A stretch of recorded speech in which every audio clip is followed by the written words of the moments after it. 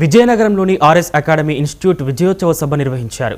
గురజాడ కళాభారతిలో నిర్వహించిన ఈ కార్యక్రమానికి ముఖ్య అతిథిగా మంత్రి కొండపల్లి శ్రీనివాస్ హాజరయ్యారు. ఈ సందర్భంగా ఆయన మాట్లాడుతూ గ్రూప్ 1, గ్రూప్ 2లో 66 ఉద్యోగాలు సాధించిన ఇన్స్టిట్యూట్ విద్యార్థులకు అభినందనలు తెలియజేశారు. ఆర్ఎస్ అకాడమీ మరిన్ని విజయాలు సాధించాలని ఆకాంక్షించారు.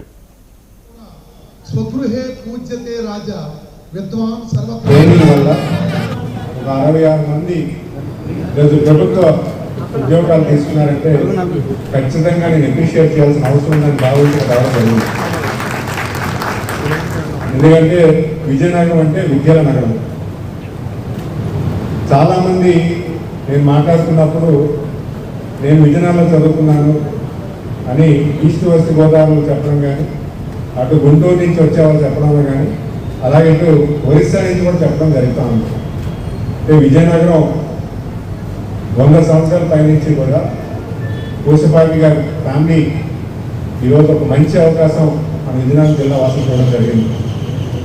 ప్రతి విద్యా సంస్థను కూడా అటు స్కూల్ నుంచి కాలేజీల వరకు కూడా ఇక్కడ నెలకొల్పి మన ప్రాంతం వాళ్ళకి చదువుకునే అవకాశం కల్పించారు. ప్రధానంగా వాళ్ళకి మనం ధన్యవాదాలు తెలియజేసుకోవాల్సిన అవసరం ఉంది.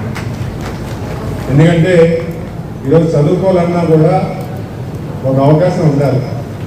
నేను మన ప్రాంతంలో కాలేజ్ లేకపోతే మనం ఉన్న ఆర్థిక స్థితిగతుల్లో మన పూర్వీకులు చదివే అవకాశం ఉండేది కాదు. ఎందుకంటే పక్క జిల్లాకి వెళ్ళి చదవాలన్నా కూడా చాలా ఖర్చుతో కూడుకున్నటువంటి విషయం.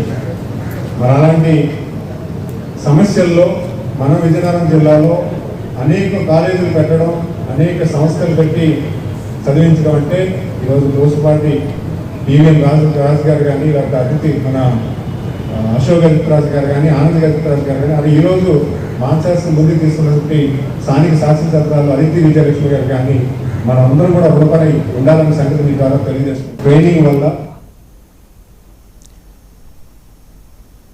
యాదాద్రి భువనగిరి జిల్లాలో